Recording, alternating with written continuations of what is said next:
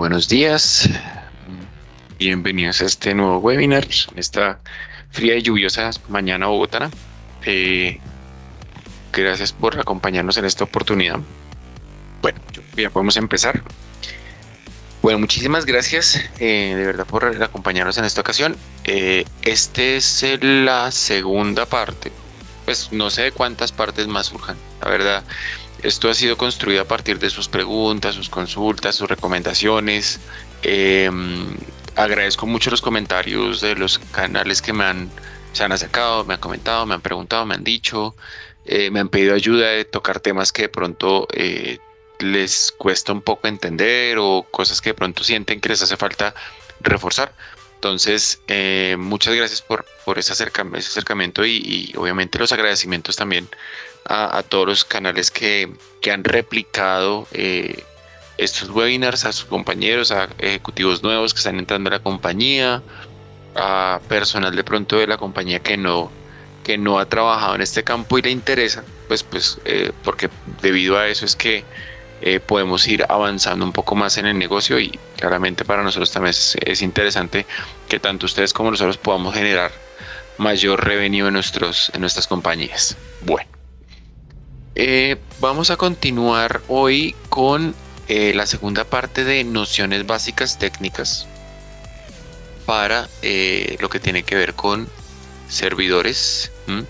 Esto, digamos que viene desarrollándose como un proceso de aprendizaje donde hemos trabajado con distintas, digamos, temáticas, hemos ahondado en algunos temas que de pronto para algunos puede ser muy básico y obviamente ofrezco disculpas si de pronto resulta muy básico, pero debido a muchos comentarios y solicitudes de parte de los canales veo que es por el camino que quieren muchos que sea, y es que sea bastante básico, que sea entendible, que sea muy comercial y que sea más de cara hacia que ustedes se ahorren problemas a largo plazo o a mediano plazo con los clientes, que ustedes puedan entender de una mejor forma las solicitudes y que pues se muevan con mayor naturalidad dentro de este mundo de lo que tiene que ver con servidores y demás. Bueno, consulto, ¿se está escuchando bien? ¿Se ve bien en la pantalla? ¿Todo vamos bien o hay algún ajuste para hacer? Recuerden que los sigo en el chat. Si desean hacer alguna consulta.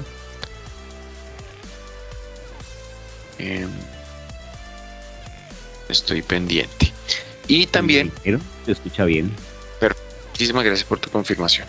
Bueno, entonces también resalto que este espacio no es necesariamente únicamente para que escuchemos, también la idea es que ustedes opinen. Me interesa mucho escuchar sus consultas, sus preguntas, porque a partir de eso es que he venido construyendo el material y he venido desarrollando cada capítulo. Entonces, igual si tienen consultas, si tienen preguntas, háganlas. Si quieren levantan la mano o por chat o me piden abrir el micrófono y les ayudo a disipar las dudas que tengan. ¿Listo? Bueno. Como para recapitular, en capítulos anteriores tuvimos, como les comentaba, distintos espacios. Tuvimos ya una primera parte de nociones básicas donde tratamos algunos temas iniciales. Tuvimos un entrenamiento sobre identificación de requerimientos, que es un ejercicio un poco más práctico. Ya es más coger la información y el conocimiento adquirido en el tema de nociones básicas a la hora de aplicarlo en el proceso comercial normal que tenemos como canales. Todo el tema de venta consultiva sin experiencia técnica, que es más un proceso en temas de habilidades blandas a la hora de desarrollar negocios con clientes que son muy avanzados sin que se tenga la experiencia técnica. Un tema de diferenciación de PC Workstation y servidores, que la verdad me sorprendió que fue muy bien acogida. Pensé que iba a ser un tema que podía sonar muy básico, pero realmente sí había muchos partners que tenían muchas dudas al respecto. Agradezco mucho los comentarios en este webinar. Y hace poco tuvimos la segunda parte de identificación de requerimientos, que iba muy de la mano del proceso comercial de cotizar, de analizar un requerimiento. Y en esta segunda ocasión fue más de cara a lo que era lo que es la comparación del OPEX versus el CAPEX, donde pueden haber ahorros de costos, desde una perspectiva bastante comercial, pero tocando temas técnicos que pueden ser muy interesantes. ¿Listo? Bueno, ahora para los que se preguntan de, bueno, ¿y este contenido dónde lo encuentro? Ya lo pueden encontrar en nuestro canal de YouTube de MPS. Hay una lista de reproducción completa donde están todos los webinars pasados, incluso de los que hicimos en pandemia, que también surgieron, que pues tienen temas bastante interesantes. Entonces los invito. Igual yo ahorita en el chat les pongo el link para que ustedes accedan a ellos y puedan, si gustan, ver los capítulos anteriores por si no vieron alguno, conocerlos. ¿Listo? Bueno, ahora digamos que aclarando y como sintetizando un poco el proceso que estamos llevando nosotros en estos entrenamientos, que muy probablemente en la medida del tiempo van a tornarse un poco más cortos porque van a ser más concretos y van a ir más a puntos específicos. En principio nuestro objetivo es que haya un proceso más simple para ustedes, que comercialmente sea más fácil de manejar y que ustedes puedan tener una mayor efectividad en la venta de servidores, a pesar de que claramente sabemos de que muchos de ustedes no son expertos, no son ingenieros, simplemente lo hicieron como yo lo hice, se desarrollaron como comerciales a nivel, digamos, de infraestructura, a nivel de tecnología. ¿Listo? Entonces, en primera instancia, gran parte de lo que hacemos es en pro de conocer qué información se necesita, ¿sí? Para no perder tiempo, porque esa es la parte más importante. Realmente el hecho de que no sepamos qué información necesitamos para hacer un proceso comercial rápido y efectivo es un factor que lo que nos hace perder es tiempo. Y tiempo valioso, porque a ciencia cierta, como lo había comentado en alguna otra llamada, el ir y volver de es que tengo esta duda o necesito constatar esta información con el cliente, volver y ir y volver. En ese lapso de tiempo muy seguramente alguien ya pues seguramente hizo las preguntas pertinentes, recibió la información, ya hizo una propuesta y muy seguramente en ese lapso de tiempo él ya presentó la propuesta. Entonces, claramente, aunque como lo he dicho, contestar rápido no es contestar bien y contestar rápido no garantiza tener negocio, pero sí da puntos. Sí hay que ser conscientes de que eso le da una digamos, una sensación al cliente final de que se sabe lo que se está haciendo. Entonces, sí es muy importante el hecho de que tengamos una buena velocidad de respuesta, o por lo menos una buena velocidad de respuesta con criterio, que es lo que estamos desarrollando ahorita. ¿Listo? Precisamente por eso, en una segunda instancia, tenemos que entender bien lo que nos está pidiendo, porque es importante para el cliente, ¿sí? Porque muchas veces el cliente pide por pedir, ¿sí? Es como el que dice necesito un iPhone 16, por decirlo, un ejemplo, cuando salga, y el cliente realmente va a utilizarlo para contestar y llamar el teléfono y no va a hacer nada más. Entonces ahí es cuando uno se evalúa venga, ¿realmente necesito ese teléfono? En este caso de servidores pasa lo mismo. Un gerente de tecnología dice necesito una máquina súper poderosa y nosotros le ofrecemos una máquina muy poderosa sin conocer y entender por qué es importante para el cliente y llevándolo a que el cliente tenga problemas digamos, o sobrecostos en temas de licenciamiento, ¿sí? que es una situación muy frecuente. ¿Listo? Bueno, entonces ese es, digamos, otro de los porqués estamos desarrollando estos contenidos. El siguiente es el hecho de que conociendo qué información necesitamos, entendiendo por qué es importante para el cliente, podemos interpretar de mejor forma los requerimientos, que es una parte que se va desarrollando con el tiempo. ¿Qué sucede? Que si nosotros logramos entender estos dos factores, podemos interpretar, ¿sí?, lo que necesita el cliente y podemos llevar a que la satisfacción del cliente sea mayor, no solamente ofreciéndole lo que él pide, porque muchas veces no es lo que él necesita.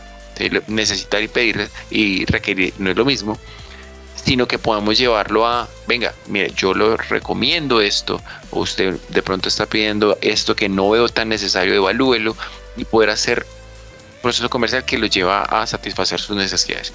Y por último, sin ser menos importante, volver todo esto en una propuesta de valor, que es el ejercicio en el que nosotros le ponemos nuestra cereza al pastel, ¿sí? Porque todos venden pastel, pero la forma en la que se hace es donde cambia la cosa. El hecho de darle un valor agregado, que el cliente diga, es que yo me voy con mi canal porque ellos me ofrecen esto, me dan esto, me apoyan en esto. Entonces ahí es donde podemos hacerlo. Pero primero tenemos que desarrollar estos 3 primeros pasos. ¿Listo? Entonces, en la ocasión, en el espacio de hoy, vamos a ver un poco el tema de conocer, más allá del tema del por qué, el de entender el cliente, sino es más conocer, por ejemplo, temas a nivel técnico. Y para recapitular y reforzar esta parte, porque a veces siento que no le damos la relevancia suficiente, quiero ponerles este ejemplo. Ante la pregunta de, en esta foto, ¿los platos están bien o están mal? ¿Ustedes qué responderían? Sí, no sé si es clara la foto. ¿Qué creen ustedes? ¿Alguien en el chat que nos responda o por acá? ¿Qué piensan ustedes?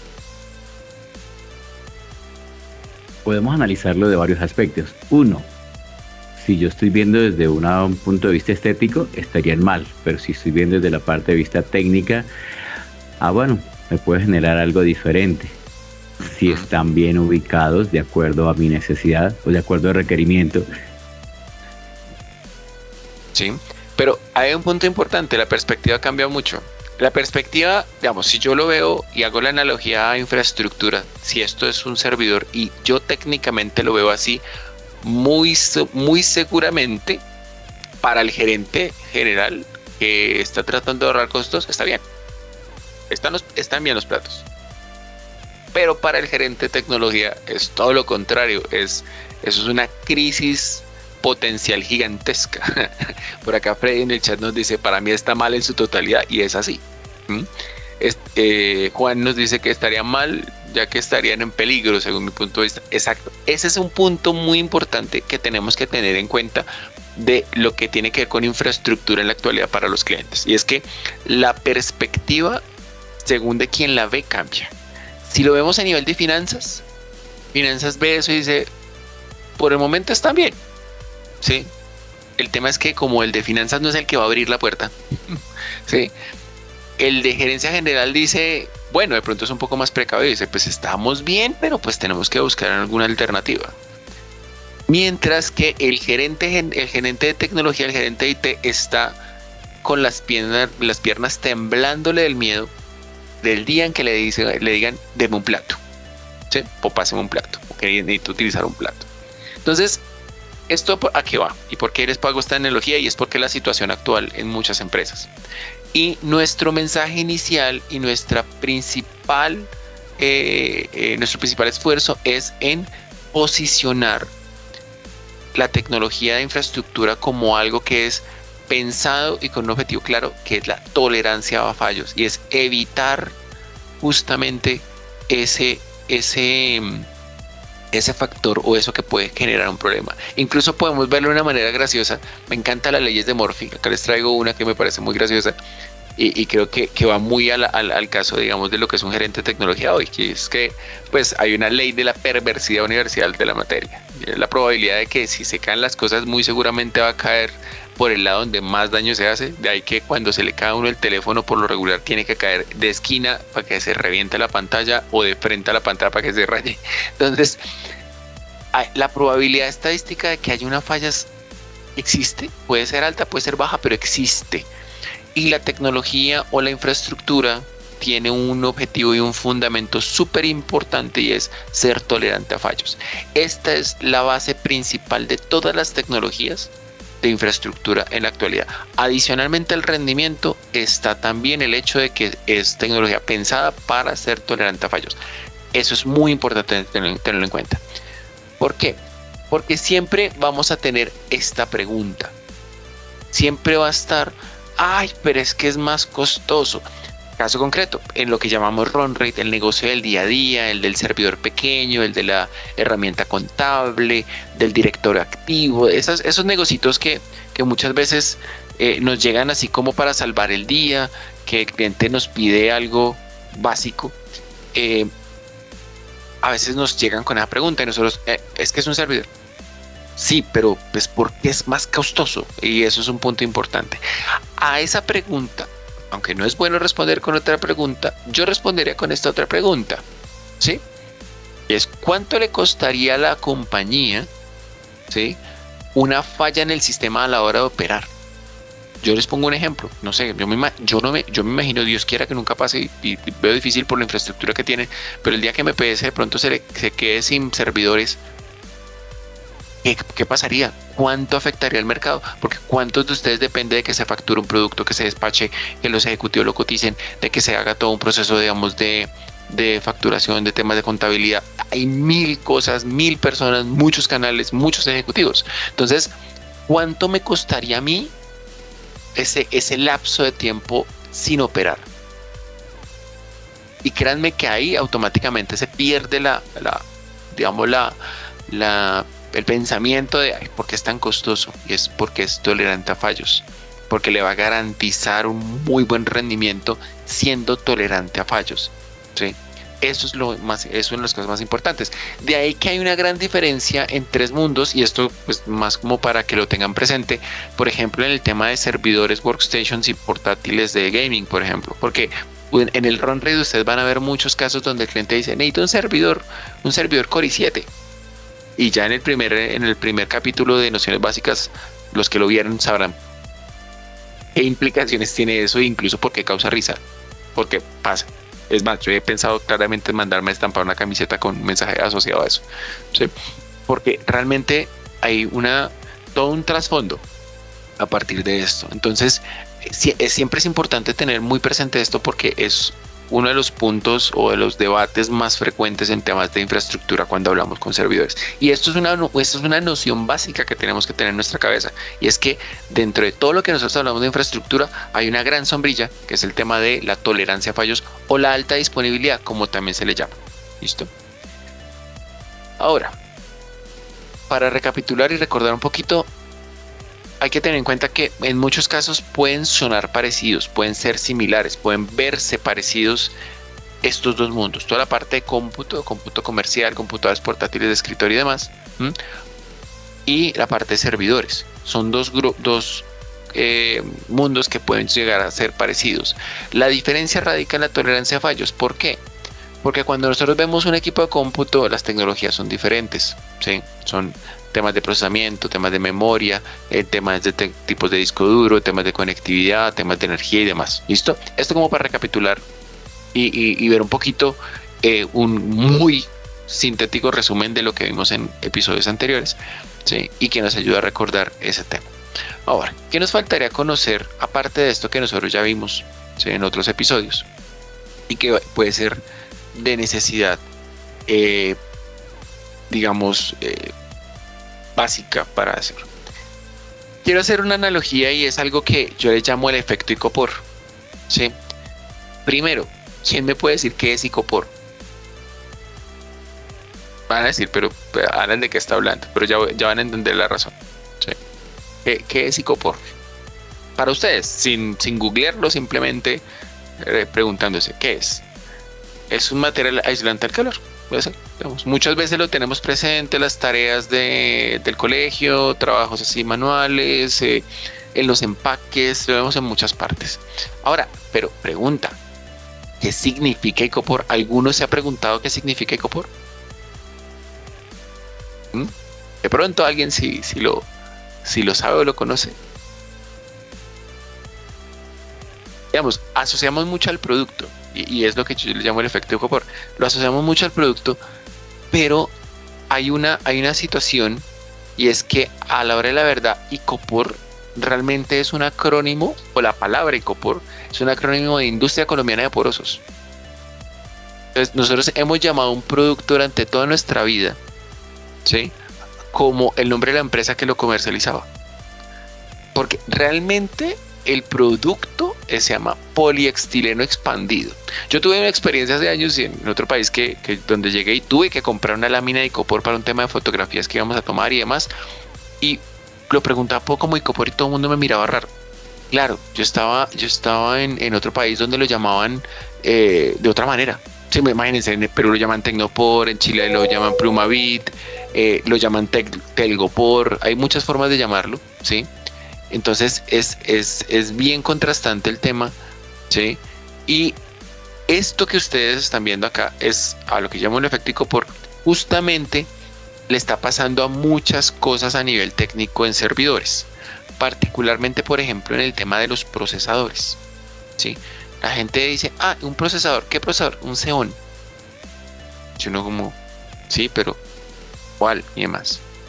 O incluso decimos que es que en servidores siempre hay procesadores, o los procesadores siempre son Xeon. Pero ustedes han preguntado el tema de procesadores que no sean Xeon, que eso es un punto importante. ¿Por qué lo toco? Y es porque me pasó hace unos días con un cliente, me llamó y yo digo, es completamente válida la pregunta. Me dice, Alan, me están preguntando por procesadores para servidores AMD. Eran como, no sabía que existían. Pues sí, sí es un punto muy importante que hay que tener en cuenta, y es para ser consecuentes con lo que existe en el mercado. Siempre hay un opuesto directo a cada fabricante.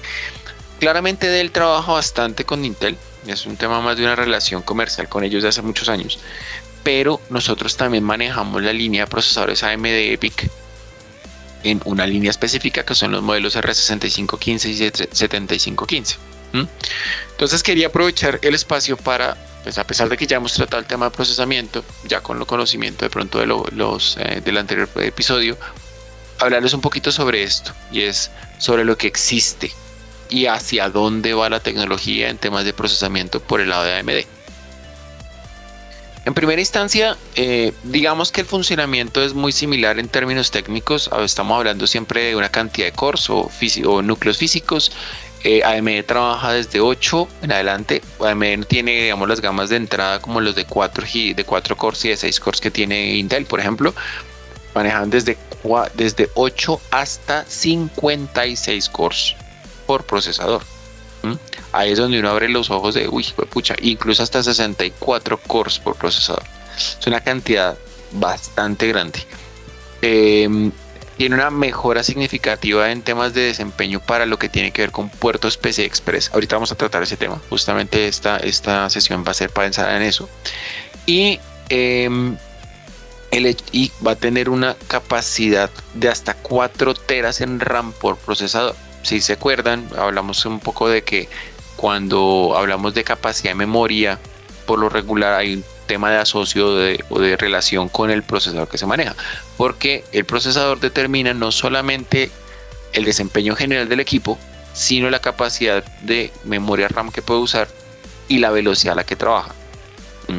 Entonces, eso para que de pronto lo tengan presente. Si tienen alguna duda, igual ahorita abro el espacio para preguntas, o si de todas maneras quieren revisarlo en los episodios anteriores, pueden hacerlo, ahí van a encontrarlo. Listo. Entonces, ¿hacia dónde va este tema de los procesadores AMD? Y quiero ser justo y objetivo en esta parte, y es que muchas veces nosotros nos llenamos de prejuicios. Yo sé que muchas marcas, muchos fabricantes, muchos productos adquieren cierta fama. Se dicen, no, es que ciertas marcas son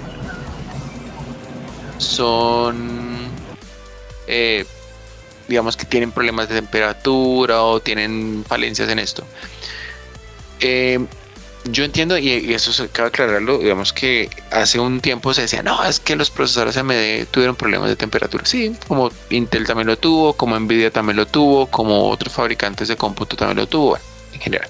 Esta tecnología de AMD es completamente nueva, ¿sí? Perdón, yo silencio. Agradezco que silencie el micrófono cuando entra la llamada.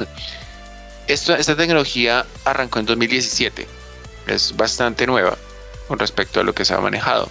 Y ha logrado algo que, hay que reconocerlo, Intel no ha logrado. Y es, por ejemplo, desarrollar arquitecturas por debajo de los 14 nanómetros.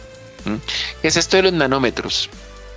Esto es como el tamaño al que ellos están desarrollando los microprocesadores o los integrados del procesador. Y es que Intel durante mucho tiempo fue un líder en este campo, llegando hasta un punto que son los 10 nanómetros, si no estoy mal, pero AMD pues había desarrollado hasta los 14 y ellos como tal ya lograron algo que Intel no ha logrado, que son los 7, y incluso para esta nueva generación que viene de 5 nanómetros. Entonces, ¿qué pasa? Al trabajar a un tamaño mucho más pequeño, se tiene una mayor eficiencia. Digamos que la relación de temperatura y desempeño son muy relacionados, ¿sí? Están muy juntos. La capacidad de cantidad de cores dentro del mismo procesador también afecta justamente por eso, porque tienen que ser cada vez más pequeños para poder ser o tener muchos más procesadores o muchos más núcleos físicos dentro de cada procesador. Eso lo que hace es que ellos puedan desarrollar estos procesadores que son de muy alta capacidad o muy alta cantidad de cores físicos. Ahora, yo entiendo y claramente no todos los negocios se aplicarán para un procesador de 64 cores, ¿sí? Pero cuando nosotros analizamos a nivel comercial, ya listo, si Intel tiene, no sé, hasta 48 cores y el cliente necesita más de 80 cores o necesita más de 120 cores, obviamente con este tipo de tecnología puede ser un poco más costo eficiente a la hora de tener que comprar menos equipos. Y yo con un solo equipo podría tener 64 cores por procesador, puedo tener 128 cores físicos en una sola máquina. Entonces eso puede ser interesante. ¿Hacia dónde van ellos? Con la nueva arquitectura que va a ser lanzada, todavía no ha sido lanzada, y es en la cuarta generación en línea Bergamo, tener 128 cores por procesador. Es algo que la verdad es, uno lo ve como algo que era inalcanzable, pero ellos ya lo están logrando.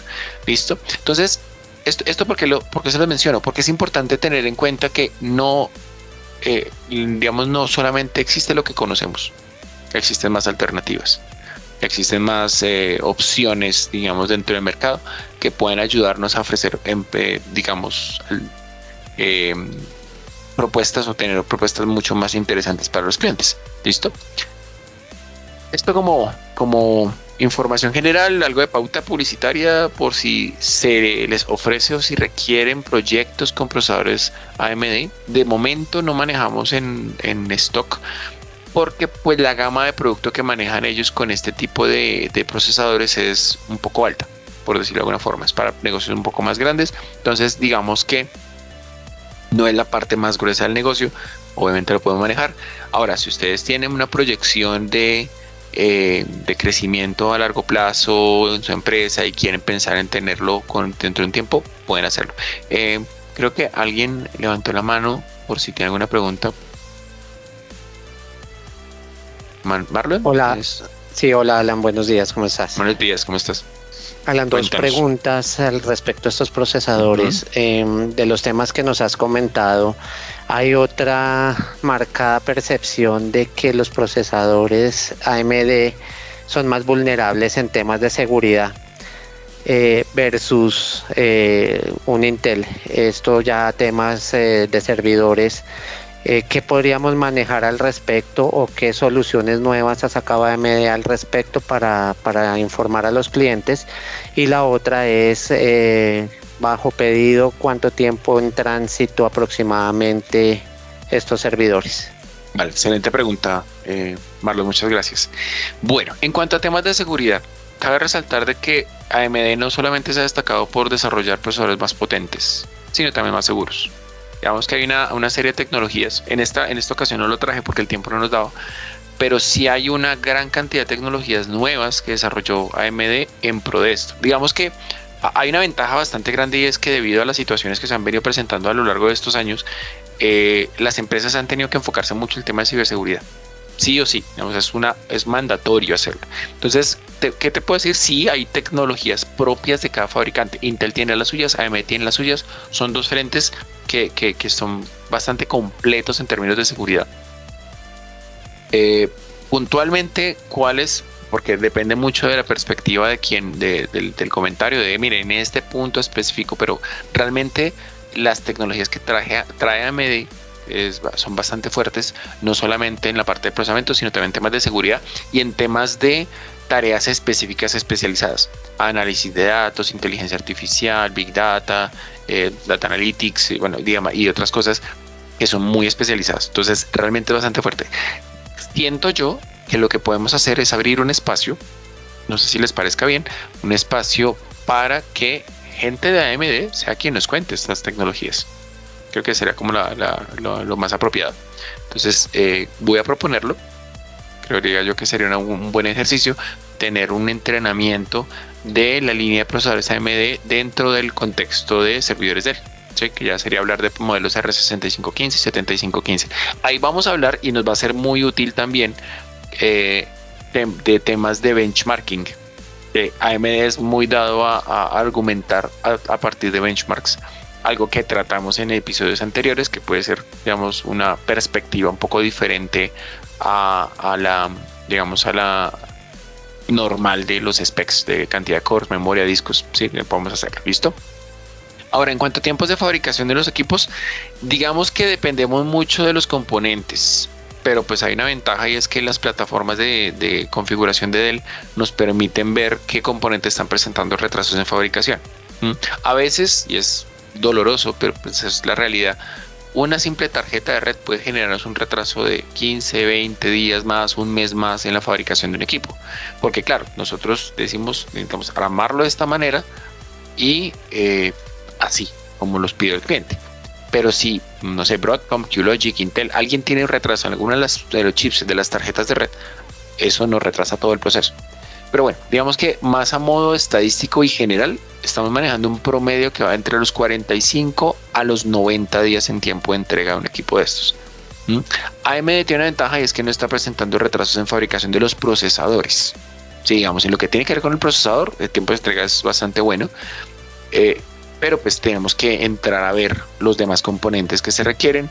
Igual eso se puede evaluar, lo podemos revisar junto con Carlos Bayona, nuestro arquitecto de soluciones, para ver cuál es la mejor alternativa pues para tener un buen tiempo de entrega en un producto construido a la medida. ¿Listo? Entonces, pero sí, más o menos, digamos, puede ser entre los 45 y los 90 según los componentes que incluyamos y el tiempo de fabricación que tenga cada uno y el momento, porque desgraciadamente es un tema que nos trasciende tanto a ustedes, a nosotros, incluso a Dell como tal, porque pues si sus proveedores de piezas tienen retrasos, pues lamentablemente retrasa todo el proceso. ¿Listo? Bueno. Ahora, hay un tema que necesitamos tratarlo, que no lo tratamos en la sesión pasada y siento yo que es bastante importante, y es el tema de la conectividad. ¿Por qué? Porque esto involucra varios factores a nivel técnico que tenemos que entender. Vuelvo a recalcar, puede sonarle a algunos muy básico, espero que no sea así, pero pues hay digamos, personas en los canales que no tienen este conocimiento porque no han tenido la oportunidad de trabajar con esto.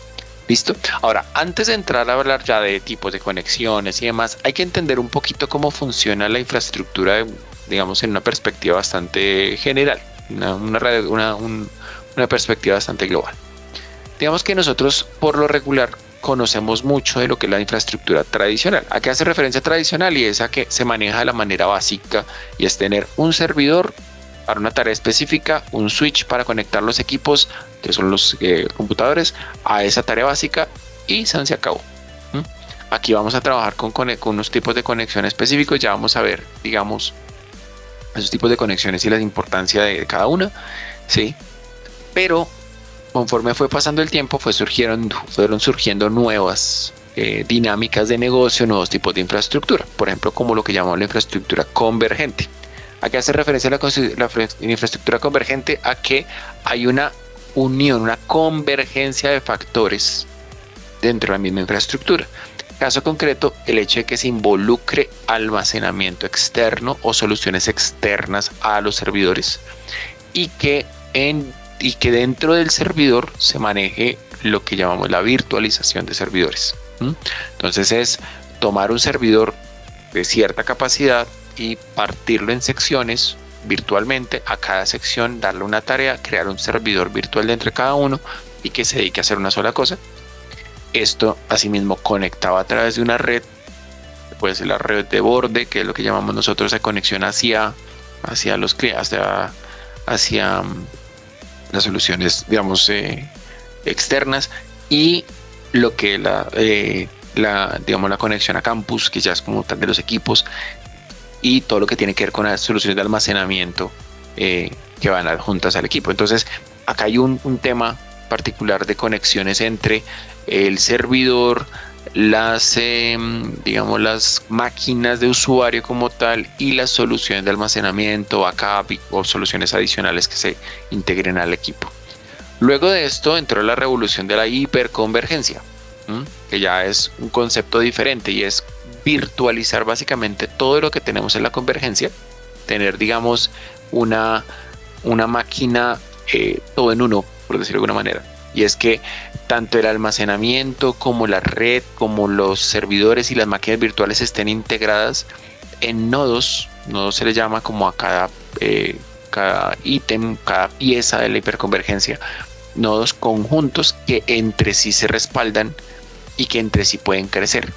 Y que a la hora de crecer lo hacen de forma paralela. Digamos, quiere decir que se puede ir creciendo con nuevas máquinas y que cada máquina le otorga sus recursos a un todo. Entonces, si yo tengo 3 nodos o 3 máquinas con, no sé, 10 cores cada máquina y con 1 tera de RAM y con, no sé, con 100 gigas de RAM y 1 tera de almacenamiento, pues la sumatoria me va a dar esos 3, 30, 300, ¿sí? Y si yo necesito aumentar, voy a agregar otra máquina más y esa máquina me va a dejar a 404 teras, ¿sí?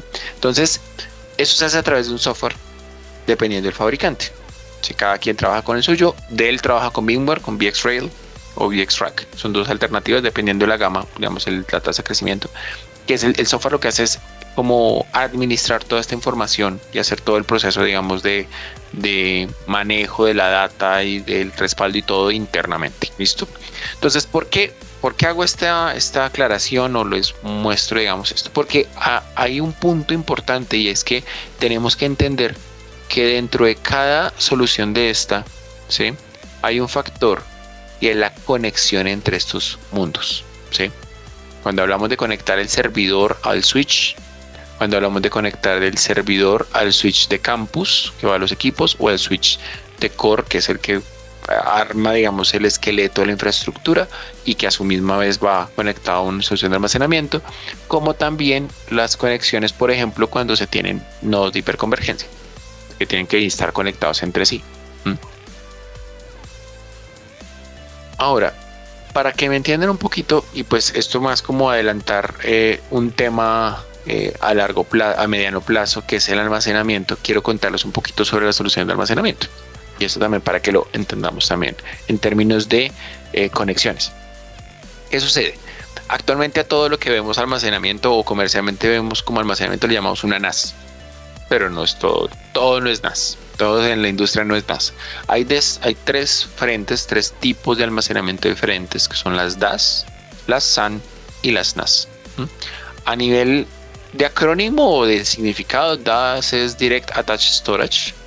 Quiere decir que es una conexión directa de almacenamiento. Si lo vemos de una forma simplísima, súper simple, es como si fuera un disco externo, que yo lo puedo conectar en infraestructura y me muestra como un disco más. En infraestructura obviamente no es tan simple, sencillamente es una caja bruta, que se le llama también un JBOD, es un acrónimo de Just a Bunch of Disk, algo así como solo un montón de discos.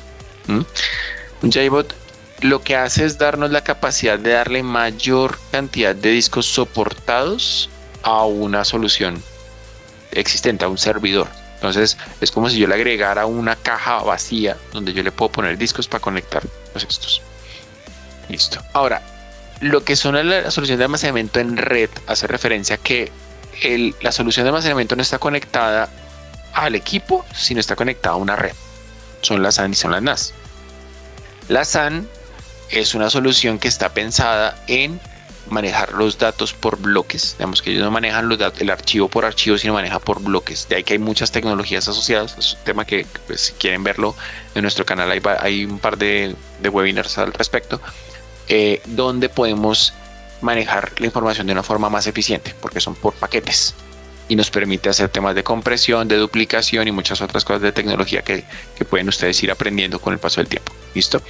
Y las NAS, a diferencia de pronto la DAS es que la NAS está conectada a la red, pero maneja toda la información como archivos, no como bloques. Entonces quiere decir que está pensado como para que un usuario pueda conectarse directamente a la NAS y ver una carpeta con archivos.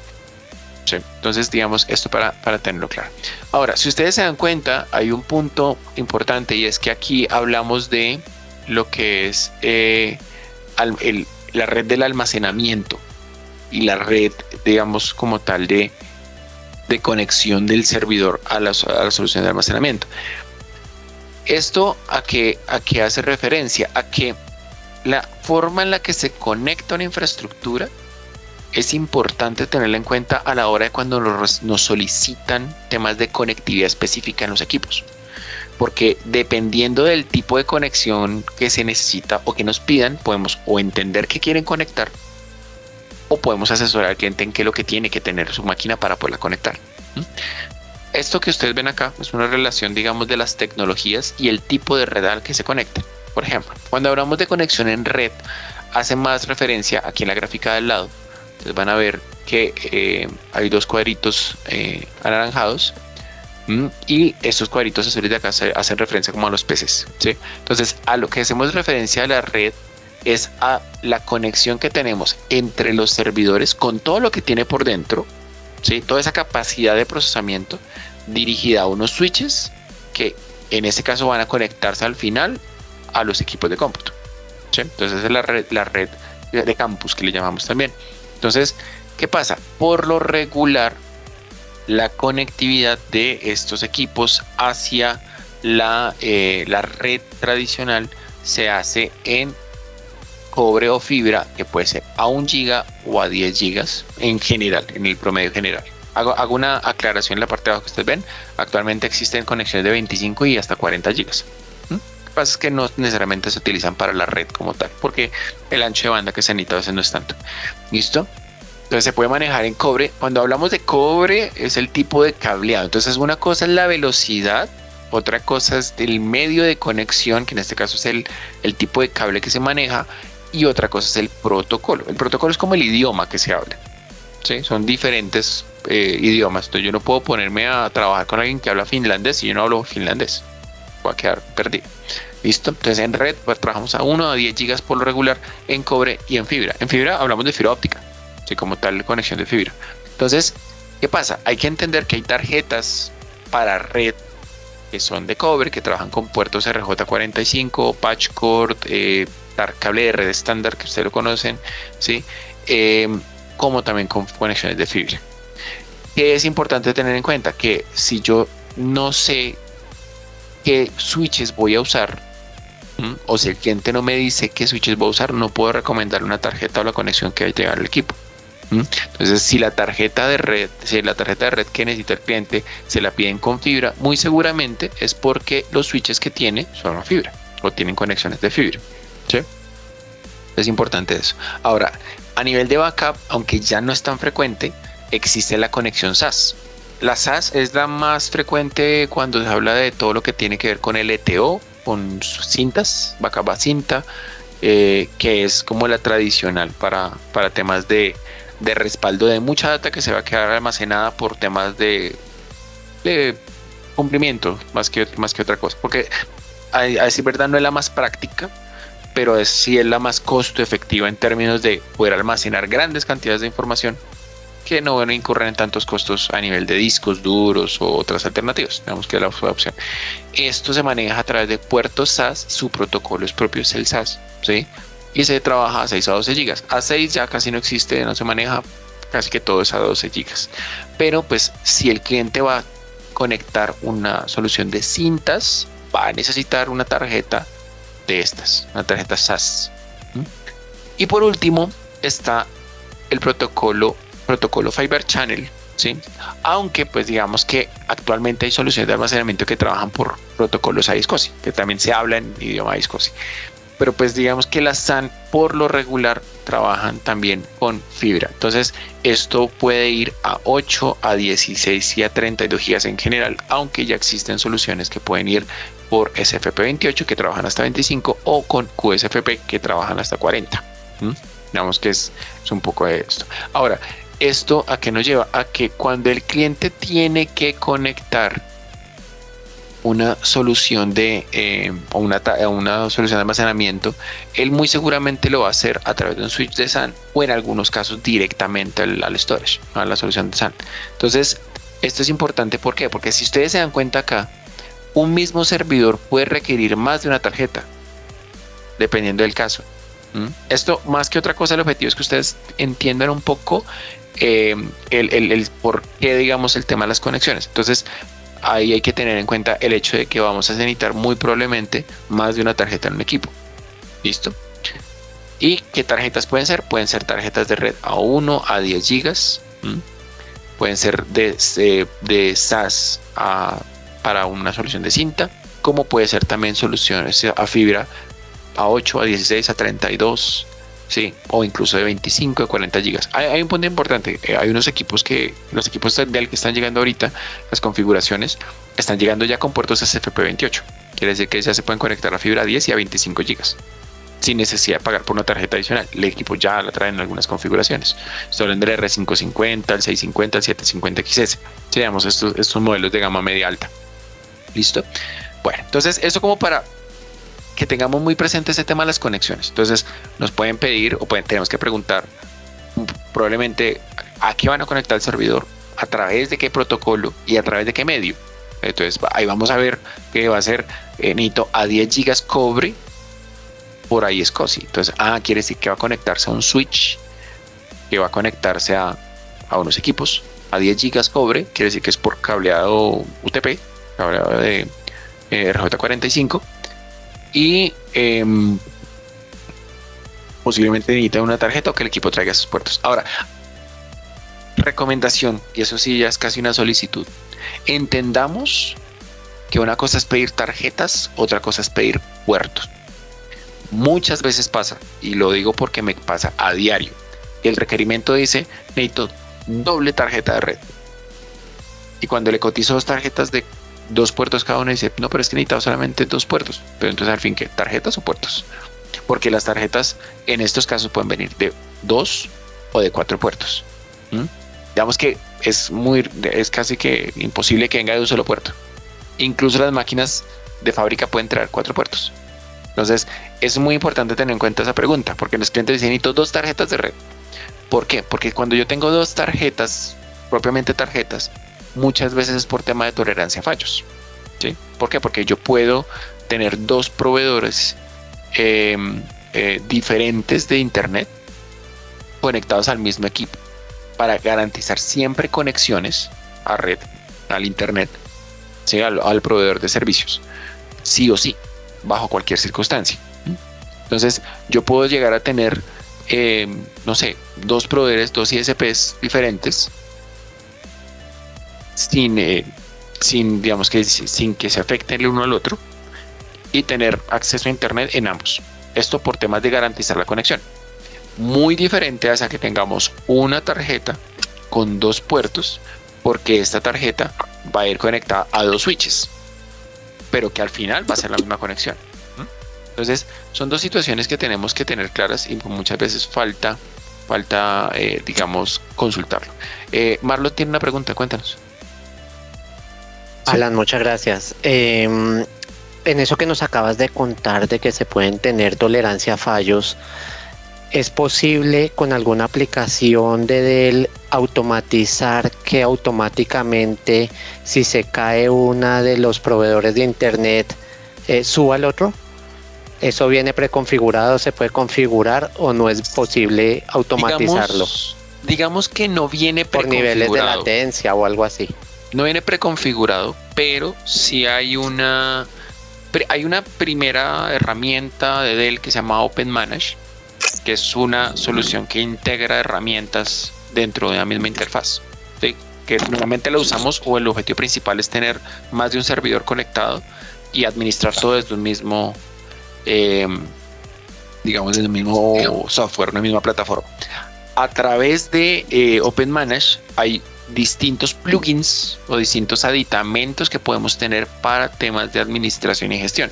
Uno de los particulares es el tema de gestión de red, que se puede manejar ahí, donde tú puedes administrar, monitorear, pues automatizar el proceso.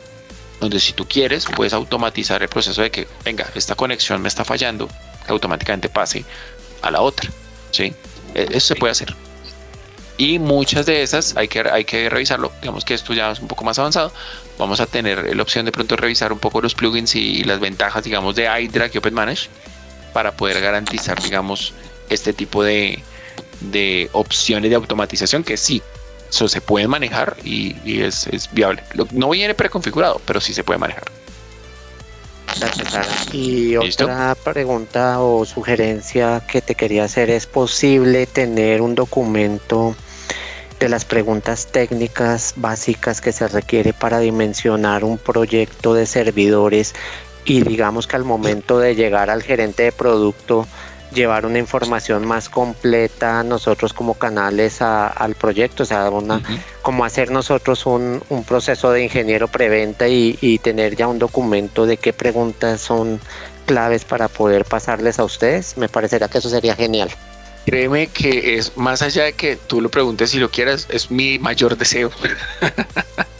Porque nuestra labor como gerentes de producto muchas veces se retrasa y digamos que toma más tiempo justamente por eso, porque tenemos mucho vaivén de te faltó esto, necesito saber esto, pregunta esto. Sí lo tenemos. Incluso en la primera sesión de identificación de requerimiento lo hablamos. Sí, y también una parte en la primera sesión de nociones básicas. Pero si quieres, ahorita déjame en el chat tu correo. Yo te envío un correo formato que yo tengo, donde está la información que se necesita para que sobre eso, si quieres, trabajes y puedas tenerlo ya como un correo o un formato que pueda diligenciar tu cliente a la hora de pedir el servidor. ¿Listo? Pero sí lo tenemos. ¿Listo? Bueno, continuando por acá. Vamos a mirar otra parte y es a nivel de algo que hablamos por lo regular en la práctica, pero nunca o casi nunca recapitulamos ni analizamos a fondo en cuanto a requerimientos, y es lo que a puertos PCI Express y a ranuras y digamos como tal en cantidades, características, tamaños y a lo que llamamos risers. ¿Sí? Riser, ahorita estaba preguntando acá internamente, bueno, a qué hace referencia. Parece que es como técnicamente hace referencia a una pieza en específico, pero pues debe hacer referencia como a crecimiento, a levantar o algo por el estilo. ¿Listo? ¿Qué pasa? Actualmente nosotros hablamos mucho de puertos PCI Express, pero hay que entender dos cosas. Uno, la tecnología PCI Express es una tecnología en general que puede estar presentada ya en distintos tipos de puertos. Los más frecuentes son los PCIe, ¿sí? En el caso, digamos, de lo que tiene que ver con las tarjetas, ¿sí? Más comunes son estos. Ahora, hay variables que hay que entender, que son, uno, el tamaño, que aquí lo ven ustedes en la gráfica. Hay puertos PCI Express 1X, 4X, 8X, 16X. A veces nosotros lo entendemos como que es un tema de la velocidad, pero no, realmente es un tema del tamaño físico, porque dependiendo del tipo de puerto, del tamaño del puerto, podemos conectar una determinada cantidad de tarjetas diferentes, ¿sí? Otro aspecto es la generación, y es importante tener en cuenta esto porque en los cambios que hay en la actualidad estamos viendo innovaciones muy fuertes. Por ejemplo, ya ahorita salen los PCI Express 6.0, ¿sí? Los 6.0 hablan de 256 gigabits por segundo. Son temas de anchos de banda muy amplios. Listo.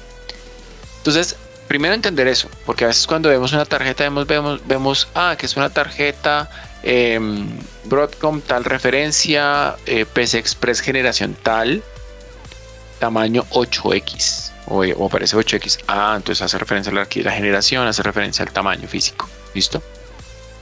Otro aspecto que no tenemos muy presente y es algo muy importante en temas prácticos, y créanme que el 80% de los problemas que los clientes tienen muchas veces a la hora de comprar tarjetería adicional para un servidor está radicado en esta parte, y es entender lo que hablamos de las tarjetas full height y low profile, o las de full bracket o low bracket. ¿A qué hace referencia esto? Es a esta placa que ustedes ven acá, esta placa de metal, que es el ancho que ocupa la tarjeta dentro de el espacio donde va en el servidor, ¿sí? Pues ¿qué pasa? Que hay servidores, caso concreto los de rack, en el momento de actualmente en Dell, todos trabajan con tarjetas que sean low profile. Quiere decir que tienen que tener esta plaquita corta. ¿Qué pasa? El hecho de que la tarjeta internamente sea igual no quiere decir que tenga las dos placas. Las tarjetas vienen marcadas con números de parte diferentes cuando son low profile y cuando son full height. Son diferentes. Entonces tengámoslo muy presente porque esto puede generar problemas a la hora de comprar una tarjeta, a la hora de sumarla dentro de la cotización y demás. Tenemos que garantizar y asegurarnos que sea la correcta. Yo por lo menos en la descripción de los equipos les pongo cuántos puertos PCI Express tiene, ¿sí? Y qué tipo de puerto PCI Express tiene. Si es un puerto low pro o un riser con puerto para low profile o para full height. ¿Listo? Entonces acá pueden ver ustedes la diferencia. Muchas veces, por ejemplo, los de torre trabajan con full height, los de rack trabajan con low profile. A veces hay modelos, pero les pongo un ejemplo, un R540, la generación anterior, trabajaba con ambos. Tenía un puerto por low profile y otro full height. Ahora, ¿qué es esto de los risers? Es lo que ustedes ven acá al costado derecho. ¿Qué sucede? Y es que si nosotros vemos internamente en un servidor, vamos a darnos cuenta de que los puertos PCI Express en la mainboard son para conexión de tarjetas en vertical. Pero si ustedes se dan cuenta, aquí el alto de esta máquina es bajito, es muy pequeño. Tendría que ser una tarjeta demasiado pequeña para que pudiera caber de esta manera. Entonces, ¿qué hacen los risers? Los risers son unas placas de adaptación para pasar de este puerto PCI Express para conexión de tarjetas en vertical a hacerlo en horizontal. Ustedes se pueden dar cuenta porque miren, acá está por ejemplo el bracket para esto. Miren, aquí en teoría conectando aquí el riser me daría conexión para dos tarjetas en horizontal que caberían dentro del equipo, ¿sí? Entonces volviendo acá a la foto anterior, si ustedes se dan cuenta, acá está el puerto de conexión que va a la mainboard del equipo y acá está el puerto PCI Express. Sí, lo mismo puede ir al otro lado, otro puerto, donde conectaría yo la otra tarjeta. Entonces es importante, hay que tener en cuenta esto. ¿Por qué? Porque esto afecta directamente en la capacidad de crecimiento de tarjetas de un equipo. Y es importante tenerlo en cuenta también a la hora de elegir el equipo. Si el cliente dice, es que necesito un servidor con 6 tarjetas de red, pues ahí ya entramos como que, tacho, espéreme, yo pregunto.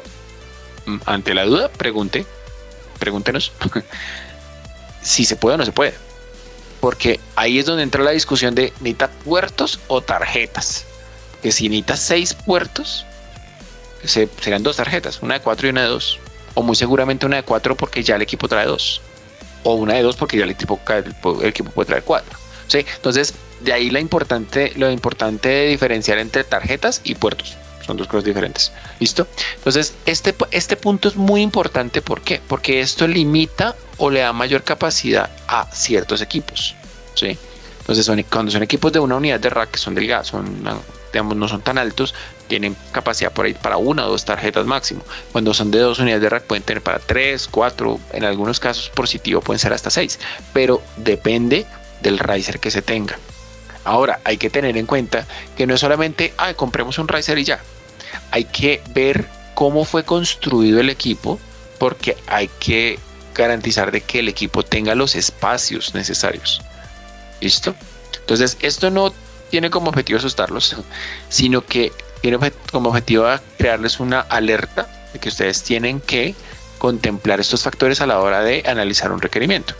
Y decir, puede que usted no tenga la solución a la pregunta, pero claramente ustedes pueden decir, pero yo pregunto, consulten, siempre, no hay pregunta tonta, recuerden eso, no hay pregunta tonta, hay tontos que no preguntan, que es diferente. ¿Listo? Bueno, entonces eso también involucra un tema que lo tratamos en el webinar de diferenciación entre PC Workstation y servidores, y es la capacidad de lo que tiene que ver con las GPUs y las tarjetas de video. ¿Qué pasa? Que muchas veces las tarjetas de video tienen un uso muy frecuente y nosotros asociamos que para todos son tarjetas de video. Pero no, en servidores no son tarjetas de video, sino son GPUs, son diferentes. Y hay muchos aspectos que ya tratamos en el webinar anterior. Si quieren verlo, revisen el link que les voy a enviar ahorita en el chat para que tengan a la mano y entendamos un poco la diferencia, ¿sí? Digamos que son diferentes casos. Ahora, es importante el tema de los risers. ¿Por qué? Porque muchas veces los clientes piden, vuelvo y digo yo como me acostumbra, perros a cuadros. Piden algo que no es posible. Piden que tengan una tarjeta de video RTX cuadro, una referencia súper alta, que es una tarjeta súper poderosa, en un servidor de rack de una unidad de rack. Claramente, a nivel visual, si yo veo una GPU simple, una GPU pensada para low profile, puede ser una como estas. Esta es una Ampere, es una Nvidia Ampere, es una tarjeta que es especial para temas de analítica y para temas de inteligencia artificial, ¿sí? En servidores. No es para PCs, no es para workstations, es para servidores. Incluso se dan cuenta, no tiene puertos como tal. No tiene un puerto VGA o un HDMI. Eso es algo pensado para que sea de forma interna. Ahora, cosa muy diferente es tener una tarjeta como estas. Esta es otra línea de tarjetas, o este es el factor de forma que por lo regular puede tener muchas tarjetas. Esto no cabría bajo ninguna manera en un servidor de rack. Entonces, cuando nosotros como gerentes de producto o especialistas de producto frenamos el requerimiento de decir, Pere, ¿están pidiendo GPUs o tarjetas de video? Hay que analizarlo, porque hay un peligro muy alto en que el cliente no esté pidiendo lo que él realmente necesita, no esté evaluando el contexto general del negocio y puede tener problemas a mediano plazo con ustedes, porque el cliente compra y dice, yo le compro la tarjeta por otro lado, y después la tarjeta no le cabe, o no tiene el cableado indicado, o sencillamente no funciona. Porque otro aspecto es ese, miren, fíjense ustedes, este puerto de acá, este punto gris con 8 conectores es el punto de alimentación. Un servidor de rack por default no viene con esos cables de conexión, porque no está pensado para tener eso. Incluso internamente ustedes se dan cuenta que un servidor casi no tiene cables, casi todo está muy metido entre los canales de protección, todo está muy abierto, porque como es tan poco el espacio que tiene, es súper importante que haya una fluencia de viento constante por los ventiladores. Entonces es importante eso. Ahora, aprovechando eso, quiero mostrarles una herramienta que después ser de mucha utilidad a la hora de entender un poquito este tema de la parte interna. Y es una página que es un rack virtual. Ustedes lo van a encontrar como del server VR, de VR como de realidad virtual, .del.com. Acá ustedes van a poder, voy a ampliarlo un poquito acá, van a poder ver y explorar servidores de rack y de torre como si estuvieran en un rack. Ustedes van a poder ver físicamente. Entonces yo puedo mirar, digamos que estos de nueva generación no los vamos a mirar todavía. Vamos a mirar, por ejemplo, en estos de caso de rack servers o de torre, o en torre. Por ejemplo, caso concreto, una tarjeta como la que les mostré en el escenario anterior.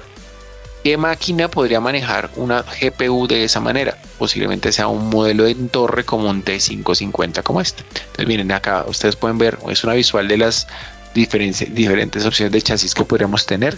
El chasis estándar, el chasis con opciones de discos NVMe, la parte trasera del equipo.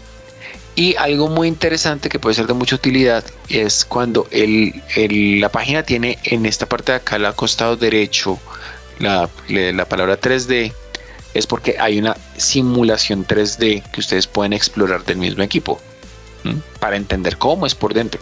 Les pueden llegar y ampliar el equipo y pueden verlo. Vamos a hacer el ejercicio para que ustedes lo conozcan. Entonces miren, este es el T550.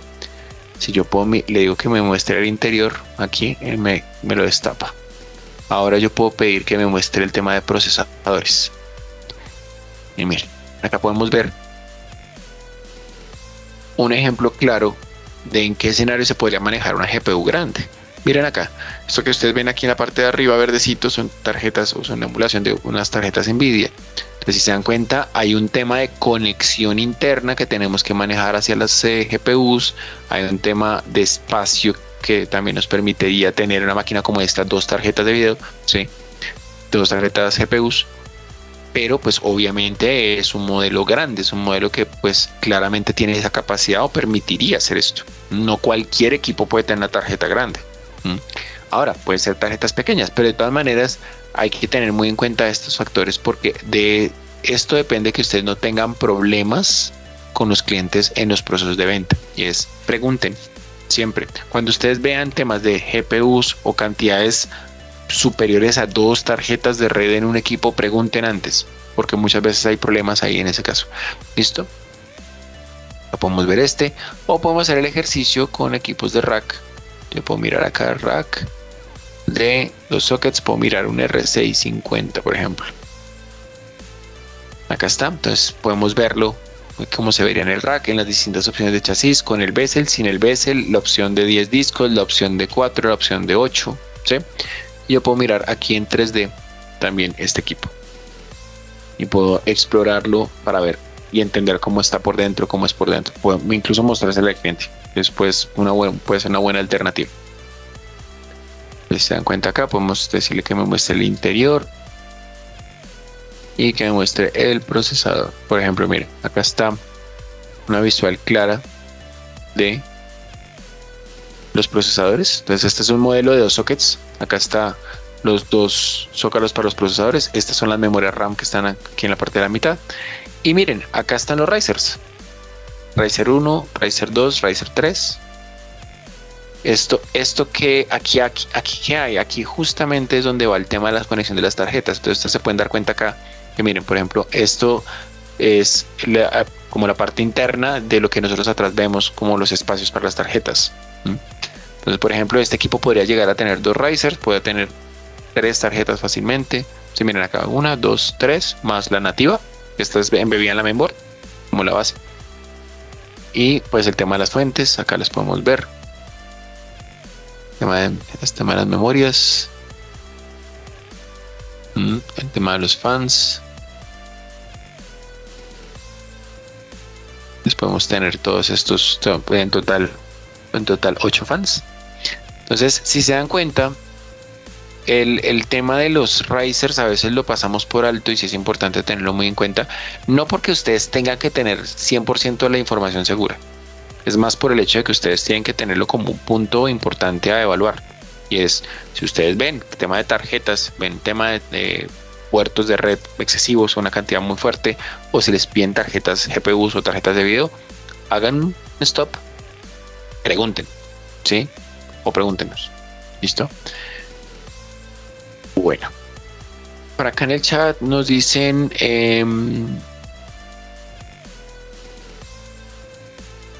acá nos pregunta Freddy, dice que la pregunta de todos es, pues si en síntesis sí así es, ¿a qué se le debe temer y ser muy asertivo para los temas de infraestructura? En pocas palabras, ¿qué debe ser indispensable en la asesoría al cliente? Bueno, ¿qué es indispensable? A mi modo de ver. 1, que la información que pidamos realmente sea información que necesitamos y no sean muletillas técnicas. En otra sesión le hablamos muletillas técnicas como de para cuántos usuarios el servidor. Es algo que ya no se maneja. Es una dinámica de trabajo de antiguamente en los servidores hace 30, 40 años que se podía. Hoy no. ¿Sí? 2. Siempre que ustedes vean algo que ustedes no entiendan, pregunten. Preguntar es válido. Y es completamente entendible en un contexto comercial de infraestructura donde ustedes digan, venga, si quieren más bien sumemos a un especialista que nos ayude a disipar esas dudas. Para eso estamos nosotros. 3, en temas de costos, hay que entender la tecnología de forma práctica en cuanto a lo que costos se refiere. El hecho de que tener más cores significa más costos de licenciamiento muchas veces. Tener más o requerir más memoria también significa tener un equipo más grande, que por ende va a tener un costo más alto y por ende va a ser más consumo energético, por ejemplo. ¿Sí? Entonces, hay que ser mucho más abierto a escuchar y a que estemos seguros de lo que estamos ofertando al cliente, habiendo escuchado. Porque muchas veces ustedes van a verlo, yo lo veo a diario, muchos requerimientos que no tienen ni la más mínima revisión. Le mandan un correo con una foto de un mensaje en WhatsApp de un servidor para tantos usuarios. ¿Cuántas cosas están pasando por alto? ¿Listo? A la hora de temer, no es tanto de que le teman, es más de ser precavidos y, vuelvo y digo, ante la duda, que pregunten. ¿Listo? ¿Qué es indispensable en la asesoría? La información el formato que les voy a enviar a los que me relacionaron ahí, igual está en el entrenamiento de nociones básicas y identificación de requerimientos. Entonces, para que lo tengan ahí presente, ¿listo? Bueno. Alan, disculpa, no te pude enviar mi correo porque no me habilita el chat. ¿Me podrías regalar el tuyo y yo te escribo? ¿Eres tan amable? Claro, mi correo es... justamente iba para allá, para poner mis datos. Listo. Entonces, el mensaje de hoy es, ante la duda, pregúntenos. Porque como bien lo dije en mis sesiones y lo recuerdo mucho, ustedes pueden ser este presentador de que yo sé quién sabe lo que ustedes no saben. Sus clientes, a la hora de que ustedes le presenten a un especialista, no se van a acordar del especialista, se van a acordar de ustedes.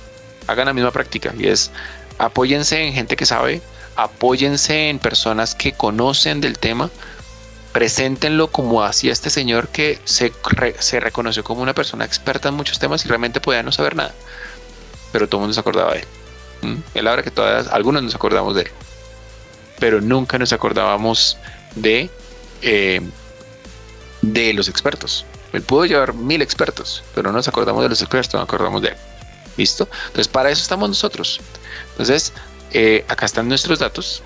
Yo me encargo, bueno, me presento de nuevo, yo soy Alan Hernández, yo me encargo de todo lo que es la gerencia de producto, de servidores de catálogo, de receta, lo que se maneja en inventario, que manejamos en stock, y todo lo que es la parte de renovación de base instalada, ya sea en hardware y en garantías. ¿Listo? Si ya se tienen soluciones de alta disponibilidad, temas de hiperconvergencia, storage, hiperconvergencia, data protection, as a service, todos esos temas ya de proyectos de alta complejidad. Para eso está Carlos Bayona como nuestro arquitecto, que es nuestro respaldo técnico en estos proyectos, y Omar Osorio como gerente de producto, especialista de producto para ese tipo de soluciones. ¿Listo? Entonces, ténganos muy presentes porque justamente nuestra labor es acompañarlos en este proceso. Por mi parte, cuenten con todo mi apoyo. Si ustedes necesitan involucrarme en una llamada con un cliente final para definir unos requerimientos, bien pueden hacerlo. Me consultan qué momento tengo disponible. Yo con gusto les ofrezco espacios para que lo hagamos. Si quieren tener algún acercamiento con nosotros a nivel de MPS, a nivel de Dell Technologies para temas de negocio, también levanten la mano. Estamos completamente dispuestos a escucharlos y a apoyarlos en su proceso.